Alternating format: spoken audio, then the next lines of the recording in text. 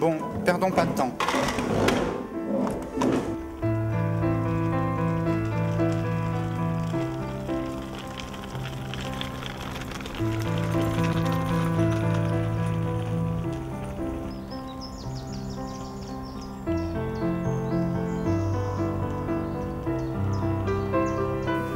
Il est au courant, vous avez rendez-vous, c'est pour le magazine.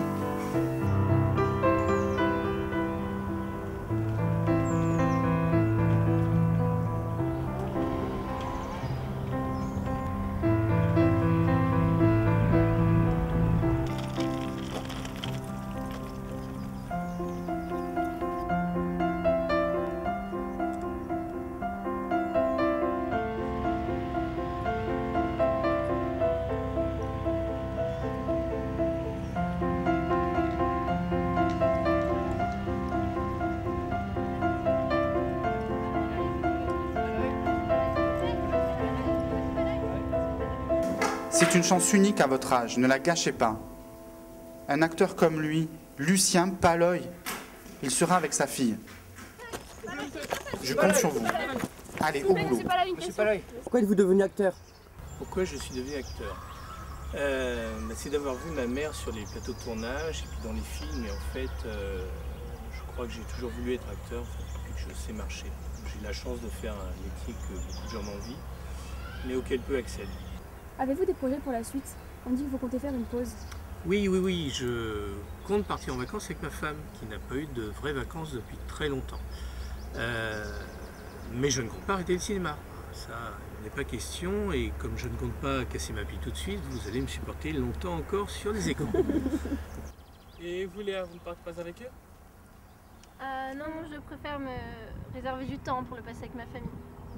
Monsieur Paloy, quel a été le moment le plus beau, le plus triste et le plus étrange de votre vie? Vous n'avez bien sûr le droit qu'à une seule réponse pour chaque mot. C'est une question difficile que vous me posez.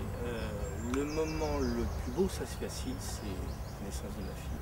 L'amour de ma vie, ça a été un moment absolument merveilleux. Le moment le plus triste, je dirais la mort de mon père. Il m'a élevé pendant des années, pendant que ma mère tournait. Et en fait, il m'a tout donné, il m'a tout appris. Ça a été une perte immense. Quant au moment le plus étrange,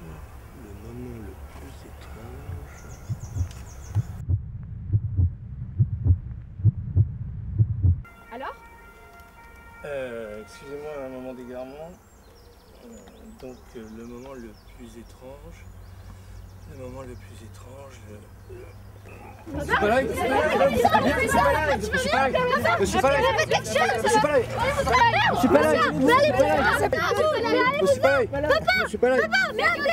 Le moment le plus étrange de ma vie. Oui, c'est ça. C'est peut-être celui-là. Cette sensation de confort, cette conscience du danger, cette crainte et ses voix rassurantes. Ce sentiment de bien-être, quelque peu gâché par une angoisse sourde et violente qui me retourne le ventre. Je ne peux me résoudre à ignorer cette vague douleur qui me serre la poitrine et refuse de me laisser dans cet état de bien-être qui m'entoure. Deux sensations opposées luttent en moi. Cette douleur imposante, réconfortante, et cette diffuse angoisse. Je me sens tiraillé et tous mes efforts pour m'abandonner à la première et repousser la seconde restent vains.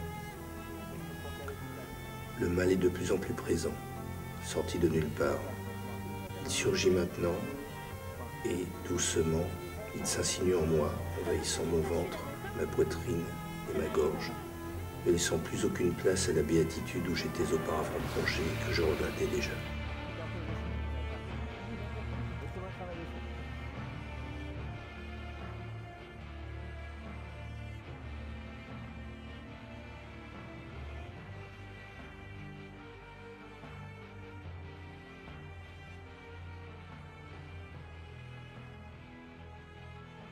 Je me débats pour que ce mal sournois reprenne son chemin et cesse de me couper la respiration, que la douleur reparte et me laisse reprendre pleine possession de mes moyens.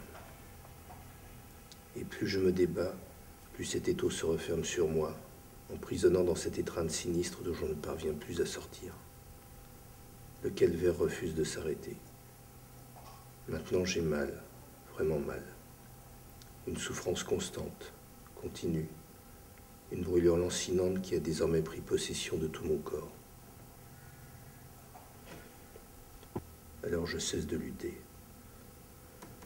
Soudainement, tout me paraît dérisoire. J'étais bien, si bien. Et voilà que maintenant, la douleur est telle que je pense perdre la raison. Mais quel homme est capable de supporter un supplice de la sorte, sans se laisser aller dans les bras de la folie? Que rien ne compte maintenant que mettre fin à ce tourment. Je me sens fatigué, si fatigué d'avoir affronté cette souffrance que je ne peux maîtriser. Quand enfin je sens venir la fin, quand enfin je m'avoue vaincu, la lumière m'inonde et tout mon corps s'embrase. Je ne pouvais plus, je n'y arrivais plus, et enfin je peux crier.